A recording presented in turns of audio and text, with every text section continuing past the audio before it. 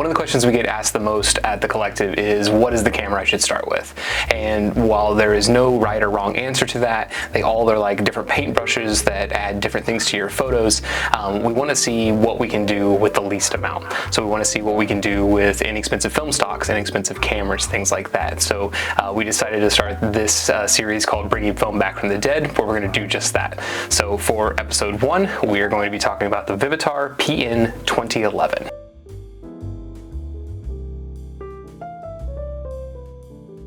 So the Vivitar PN 2011 is a plastic camera from the late 80s and 90s. I picked this one up for about $5 off of eBay a couple years ago. I was just looking momentarily, and you can find these for like $1.99. So not going to say it's the best, not going to say it's the worst. I really don't know what we're going to see. So go over a couple of the features here, and then we're going to talk about the history of it, and then we're going to go shoot a roll of film in it. So a couple things that we have a little lens cap here.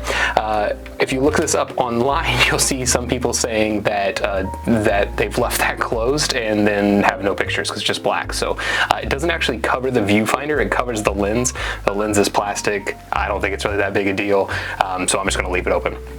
The other thing that we have, all plastic controls, and we have a panorama function. Panorama. And so it's not real panorama, spoiler alert. It's basically like a little film gate that has two black masks that pop in and out, and that way it covers part of it. So while you're not going to get a true panorama, this is a $2 camera. If you've ever looked at like the X-Pan or any real panorama cameras, they're thousands of dollars. But it will be kind of cool. We'll shoot a couple of photos that way, see what it looks like. And so we're going to load up a roll of just 400 speed black and white, keep it real simple. Allegedly this has like a 1/125th shutter in it. I don't know, it's plastic, everything's plastic, so who knows what that actually means. And so, but let's go take it out and see what we can get.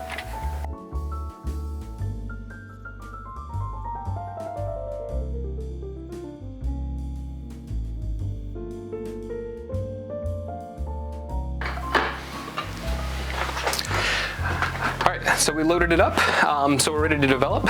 So we have one roll in here. We're going to develop this real quick, see what the photos look like, take them into Lightroom, and see what happens. So here we go.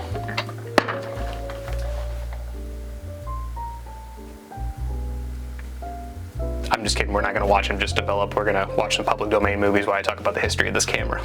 So when we decided to do Bringing Film Back from the Dead, we knew we wanted to play around with some unexpected cameras, some cheaper cameras, some easily accessible ones, and so that's why we started with the Vivitar PN 2011. While it's a simple 1990s plastic panoramic camera, it really allows for some spontaneity. You can add a lot of personality to it. Since everything is auto, you have the choice to do what you want with it. It's a creative partner to push and embrace unpredictability and let imagination lead the way. So originally born in the 90s, it was an affordable, accessible panorama option like we talked about earlier. X-Pans, those types of tools are very, very expensive. So if you are alright with just kind of using this mat that could be turned on, then it allowed you a little bit more flexibility to play around with that. You simulate panorama. It's not really panorama, but it works. It was also used by insurance companies to document accidents. So you would have this in your glove box. You could go ahead and take a photo after a wreck. They would develop it. They would have all the information. So these cheap cameras are now kind of just laying around everywhere. It's not perfect. It's not fancy, yet I had a blast with it. It really allowed me to just take photographs, see what happens. And so I'm really excited to see what the negatives look like. And let's jump into Lightroom. Alright, so we just finished developing the negatives. Huge thanks to Betty for helping me out. They came out great, and so now what we're going to do is we're just going to bring them into Lightroom. I've already done a quick conversion real quick so we can look at them and go from there. So I'm just going to, we'll jump onto the screen right now so you can see what I'm seeing. Alright, so we're in Lightroom now, and everything looks pretty good. I think one of the things that I was the most surprised about is it has like this kind of weird blooming effect. Usually a plastic lens will do that, and so, but there's still like good tonality and everything like that. Like I said, this is just a pretty inexpensive 400 speed black and white that I bulk loaded up, and so yeah, it has like this kind of interesting bloom to it. So you'll kind of see if we even zoom in, nice little grain patterns, things things like that. Everything's zoomed in pretty far, so, but when you're zoomed out, you get a nice little picture. If you're looking for something a little bit more lo-fi and not as sharp, then I think this is a great fit. I mean, let's remember, like, I just looked up one on eBay. These cameras are $1.99 right now, so it's not like you're gonna break the bank. So yeah, let's look through a couple of these other ones here. Definitely keep in mind that if it's not super bright, like this was around the time that like the sun was kind of setting a little bit, so you can see the shadows are a little underexposed. But you know, if you were to print this, or if I would have taken it in camera scanning a little bit, I could have turned the backlight up a little bit more, or let a little bit more light in, and that might would have helped. So, all right, let's see who. Oh, so this is one of the ones with the panorama function on. Looks like this one's a little crooked, so but let's see if we can fix that.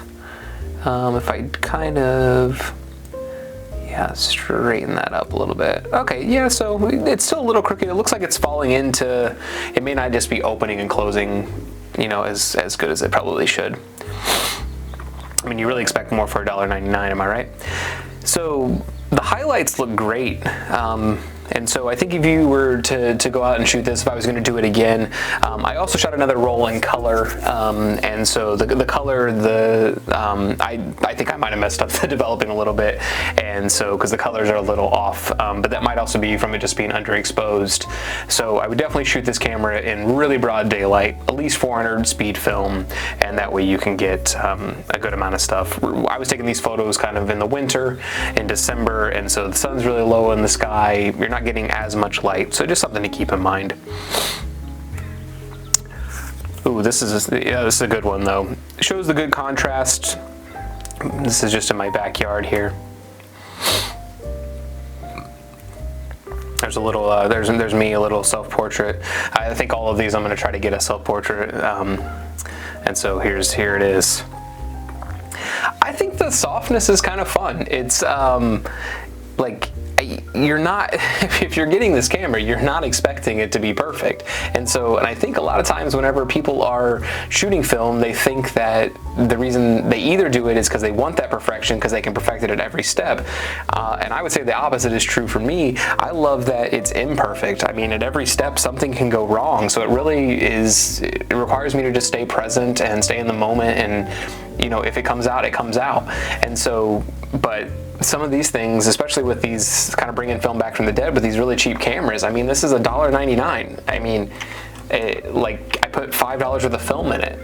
So for $6, I got pictures, and I can't be mad about that. So, yeah, here's a picture in my office, and so like the sun coming through the windows a little bit, and so yeah, the highlights, I really like the highlights. The shadows go really, really dark, and so with it being a little underexposed from that low sunlight, so I could have done myself maybe another favor and just shot more in direct sunlight, and I'd have got a little bit more light in there. So, but overall, there's nothing really I can complain about. These are always fun, kind of like the first of the roll. This one actually was the last of the roll, so that little bit was not exposed because that was still in the camera. But yeah, so let's go in here, turn on these filters really quick. Let's get our 5 stars.